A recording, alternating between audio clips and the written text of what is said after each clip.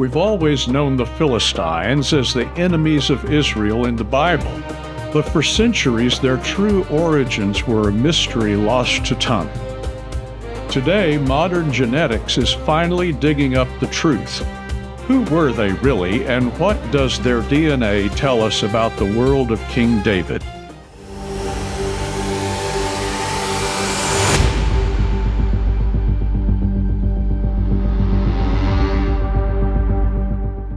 Who were the Philistines? In the Bible, they were the powerful coastal rivals of ancient Israel. When young David faced the giant Goliath, it was a Philistine champion from Gath he defeated. Part of the ongoing wars between the Israelites and the Philistines during the time of King Saul and King David. But the Bible also mentions Philistines much earlier. In Genesis, Abraham and Isaac interact with a king named Abimelech in the land of the Philistines, near Gerar. They make treaties over wells and land, and Abimelech even has a Semitic Canaanite-style name. In Hebrew, Abimelech means father is king. Scholars have long noted a potential issue here. The Philistines described in the days of Saul and David show signs of foreign, likely European or Aegean origins, possibly Greek-related, while the earlier Genesis figures seem more integrated into the local Canaanite world. King Abimelech's name sounds Canaanite, not foreign, so are these the same Philistines? The Bible adds an important wrinkle in Deuteronomy 2:23, which is in the midst of a long sentence profiling the people groups Israel displaced during Joshua's conquest of the Promised Land. And the Avims, or Avites, which dwelt in Hazarim, even unto Azah, and the Caphtorims, which came forth out of Caphtor, destroyed them and dwelt in their stead. So Deuteronomy says the Caphtorim, who came from Caphtor, widely identified as Crete, displaced the earlier Avim people and settled in the Gaza area. Amos 9:7 even more directly links the Philistines to Crete. Have I not brought up Israel out of the land of Egypt, and the Philistines from Caphtor? Jeremiah 47:4 also links the Philistines to Caphtor. For the Lord will spoil the Philistines, the remnant of Caphtor. So the Bible portrays the area called the Gaza Strip today as first belonging to a group called the Avim or Avites, who were displaced by Greek invaders from Crete. And we are about to see how science confirms it. But first, can history tell us anything about the Philistines outside the Bible? Yes, plenty. And now a word about this channel. The topics explored on the Age of the Kingdom series channel grow out of research for the biblical historical fiction series of the same name. 3 books are available now. They tell the stories of King Saul, King David, and King Solomon from the viewpoint of fictional and little-known biblical characters, as well as the characters which are front and center in the Bible. These books are available from GaryIvy.com, Amazon, or wherever books are sold. Egyptian records from Pharaoh Ramses III around 1175 BCE describe defeating the Sea Peoples, including a group called the Peliset. These warriors, shown with distinctive feathered headdresses, attacked by land and sea. Egyptian texts say some were settled in the southern Levant after the battles. Later, Assyrian kings like Tiglath-Pileser III and Sennacherib recorded campaigns against Philistine cities and demanded tribute from them. Even the Greeks and Romans knew of them. Herodotus referred to the coastal region as Palestine.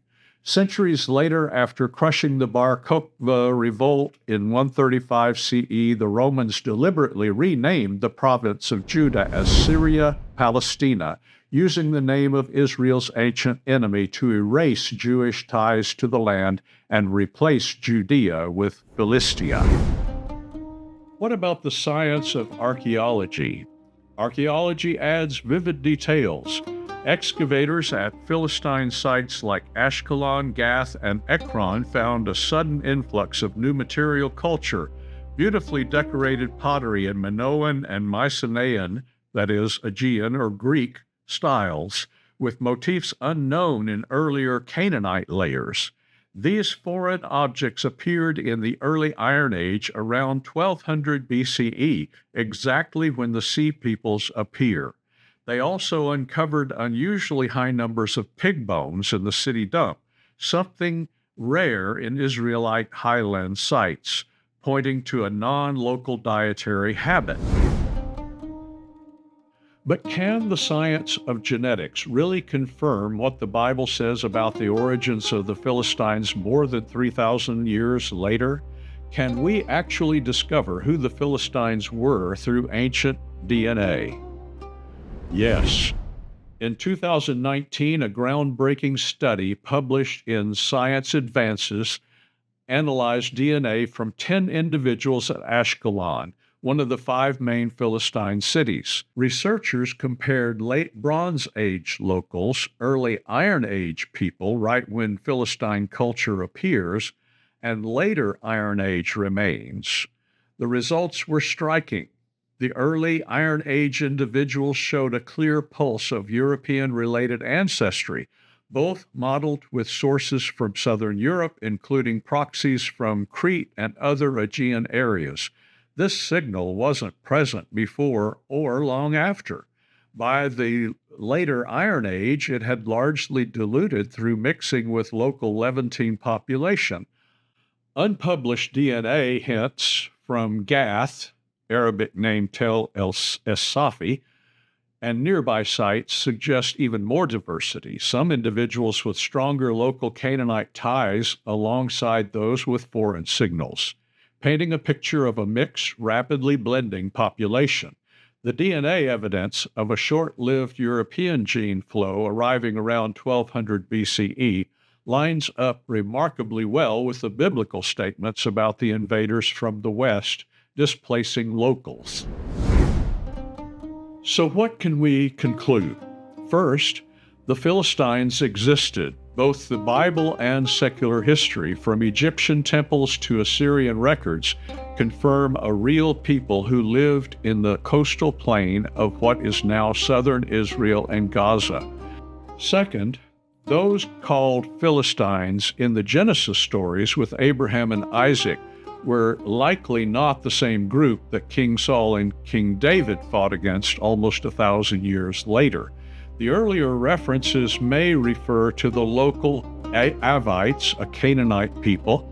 Later, the Caphtorim, sea peoples from the west, probably including Crete, displaced them and settled the area. These are the Philistines of the Iron Age, but over time, the Greek invaders blended with the Canaanite population. Third, archaeology at Ashkelon and Gath shows a material culture that was emphatically not Israelite.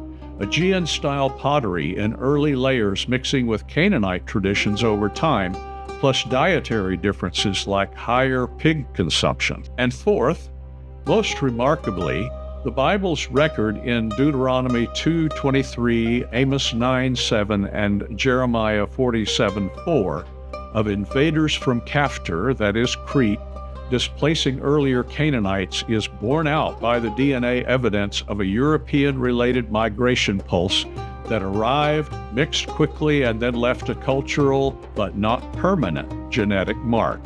Science doesn't prove every biblical detail, of course, but in this case, it provides independent confirmation of key elements: the Philistines' foreign Western origins, their arrival timing, and their integration into the local world, just as the biblical authors said.